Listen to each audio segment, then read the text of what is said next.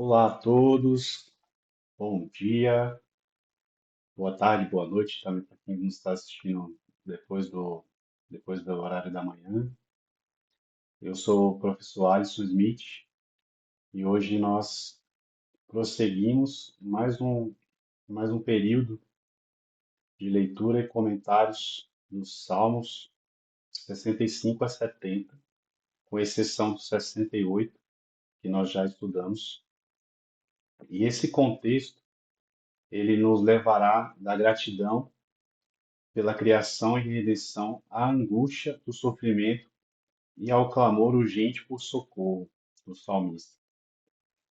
E, iniciando aqui o nosso Salmo 65, eu quero trazer para os leitores, né, os assíduos, a introdução do Salmo 65, intitulado como Louvor pela Provisão e Redenção. Ele é intitulado ao Mestre de Canto, Salmo de Davi, né, Cântico. Esse salmo ele é uma rica expressão de louvor comunitário. Ele vai celebrar a bondade de Deus em Sião, em Jerusalém, né?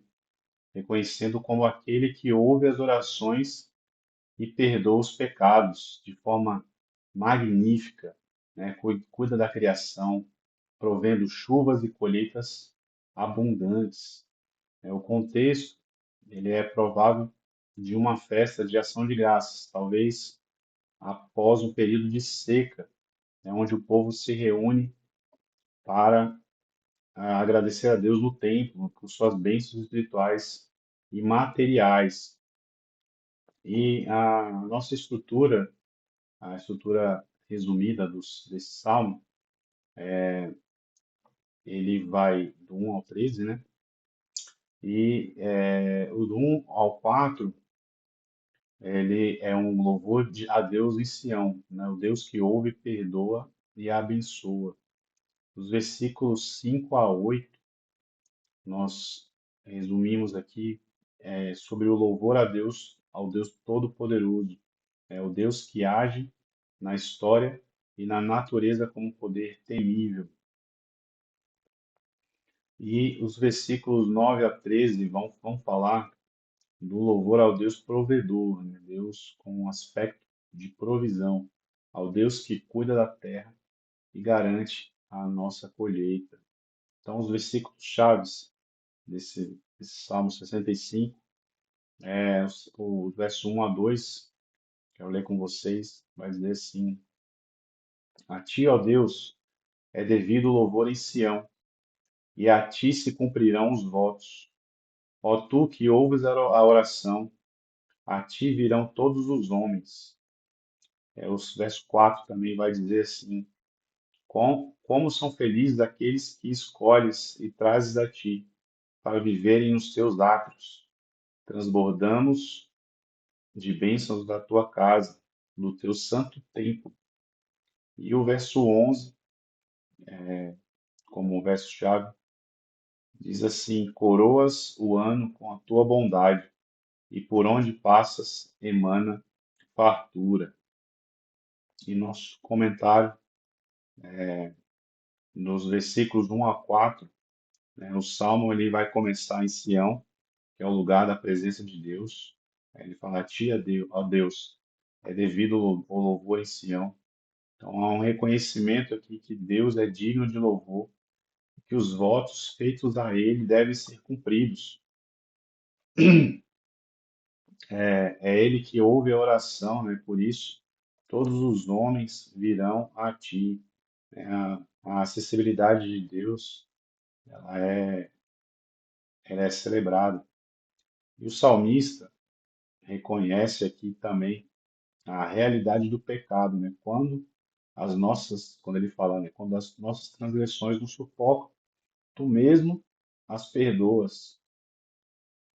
Então, diz aqui está o coração da relação com Deus, o perdão baseado na sua expiação e a bem-aventurança, né, para aqueles que Deus, entre aspas, escolhe e aproxima, né, então, para habitar nos seus átrios. Então, a eleição e a proximidade com Deus são fonte de profunda alegria e satisfação. Nos versos 5 a 8, nós vamos ver Deus respondendo com feitos temíveis, né, em justiça. Seu poder é visível na criação.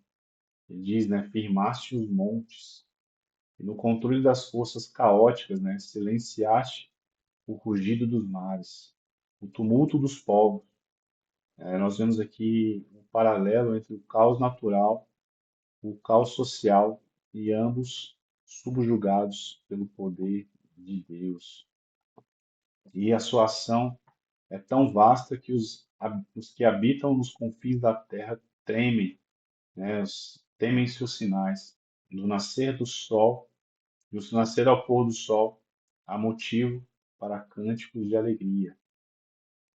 Dos versos 9 ao 13, nós vemos a generosidade divina na colheita. Então, essa seção lá é uma pintura poética do cuidado de Deus pela terra, né? Ele visita, ele irriga, né? Enriquecendo a terra com os ribeirinhos de Deus, né? Acho que é a chuva abundante. Então, ah, o Salmo, nós terminamos o Salmo 65, aqui nosso comentário, e vamos para o 66, que diz, né, vinde e veja as obras de Deus. O Salmo 66, ele é um salmo anônimo, né, não sabe se a sua autoria, e é um poderoso convite ao louvor, né, um convite universal, seguindo por um testemunho de libertação nacional e pessoal.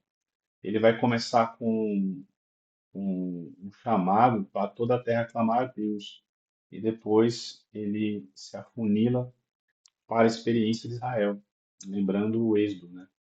E, finalmente, a gratidão pessoal do salmista. Ele celebra o poder temível de Deus na história e sua fidelidade em provar e livrar o seu povo. E nós vamos ver aqui análise expositiva dos versículos 1 ao 20, um grupo de versículos aqui do 1 ao 7. Ele nos diz sobre um chamado ao louvor por parte de todo mundo, né? Então, um chamado universal ao louvor pelas obras temíveis de Deus. Os versos 8 a 12 vão nos dizer sobre o louvor comunitário pela prova e libertação de Israel. Dos 13 ao 20, nós vamos ver o testemunho pessoal de votos cumpridos e a oração atendida. Então, nós vamos ver aqui a exposição, né, dos versos 1 ao 7, o convite ao louvor, né? Aclame a Deus, toda a terra. Ele diz, aclamem a Deus, povos de toda a terra, cantem louvores à glória do seu nome, dê-lhe glória e louvor. O foco, ele está aqui nas obras temíveis de Deus, né? Tão poderosas que até os inimigos se encolhem. E o convite, né, verso 5, fala assim: venham e vejam o que Deus fez. Nós vemos lá o exemplo no Êxodo, né? Ele transformou o mar em terra seca, o Mar Vermelho, e o povo atravessou o rio a pé, o Rio Jordão. Verso 6. Esses são os atos fundacionais da salvação de Israel. Deus chama o seu povo lá no Êxodo a adorá-lo no deserto. Então ele faz passar com mão poderosa. E nós aprendemos aqui no verso 7 que ele domina para sempre com seu poder e os seus olhos vigiam as nações. A soberania de Deus, ela é eterna e universal. Dos versos 8 ao 12, nós vamos ver as provações do livramento, né? No foco, ele vai se voltar para a comunidade, a continuidade da aliança, né? Bendigam o nosso Deus, ó povos.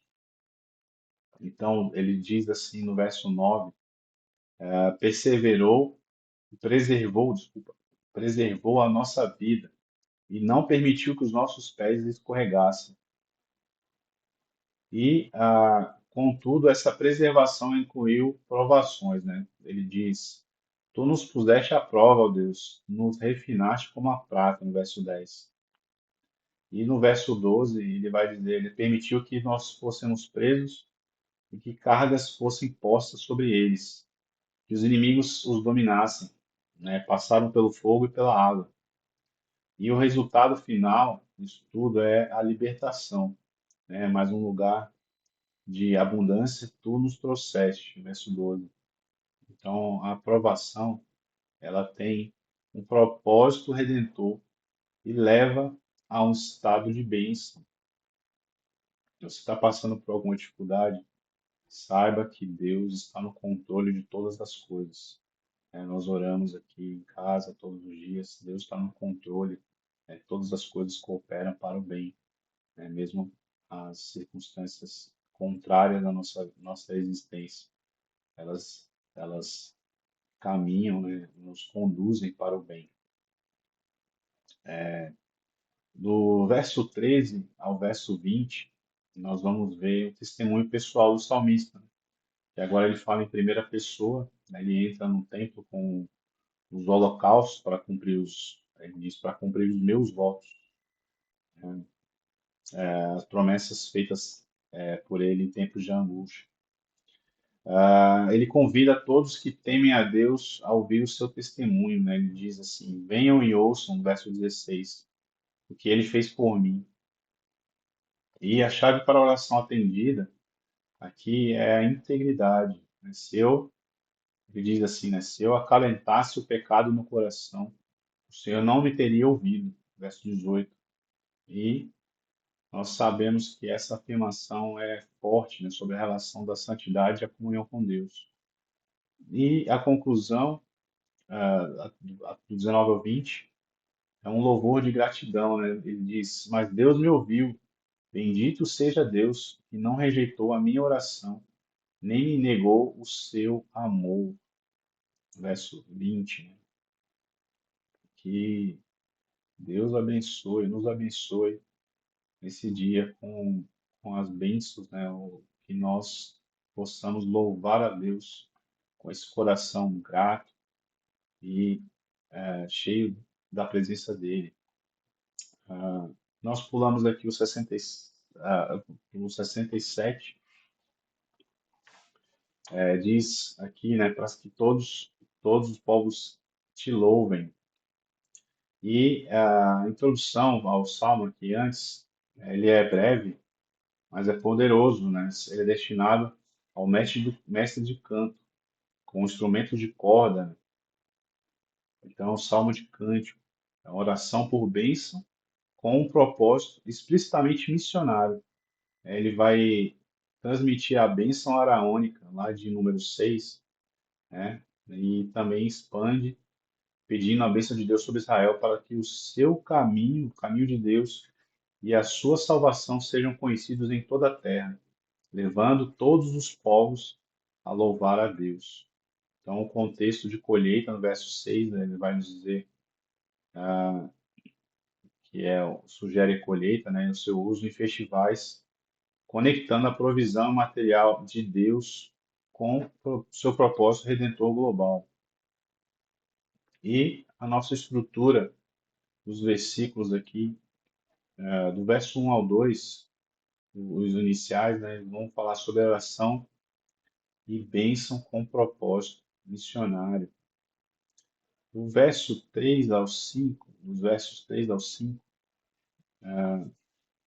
nos falam sobre o refrão do louvor universal e a razão para ele, né, que é justo, o juiz justo.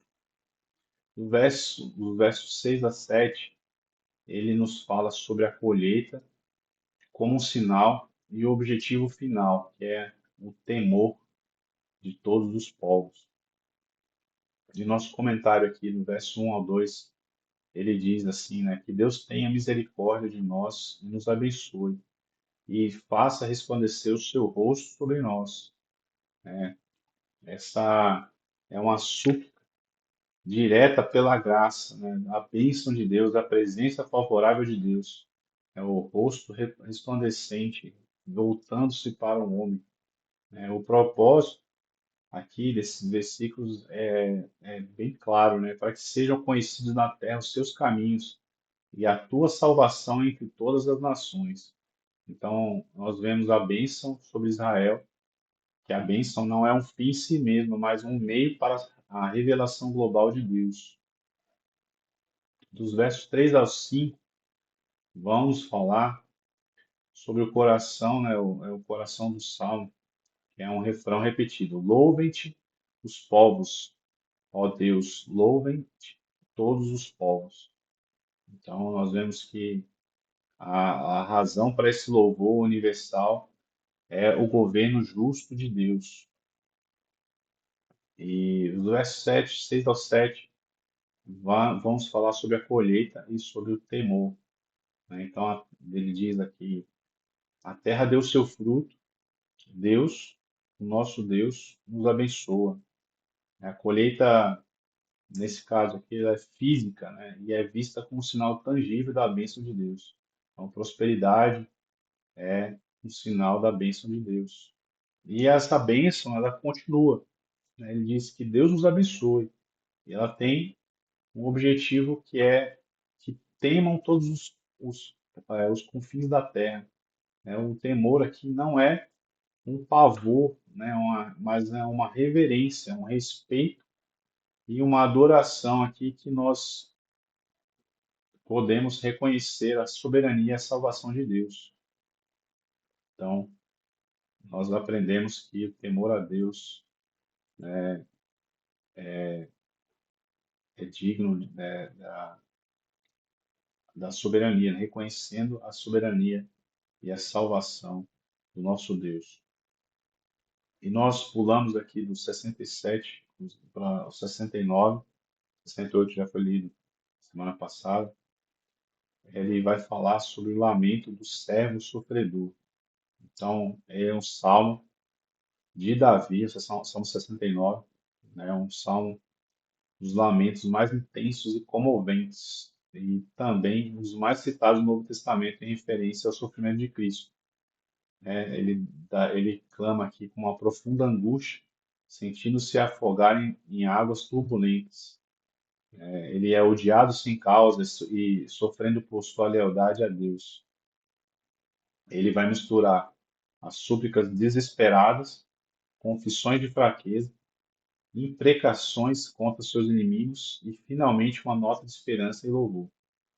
E a estrutura do resumo, né, vai nos dizer aqui, no verso 1 ao 4, dos versos 1 ao 4, o grito desesperado, né, o grito afogando-se em problemas odiados sem motivo.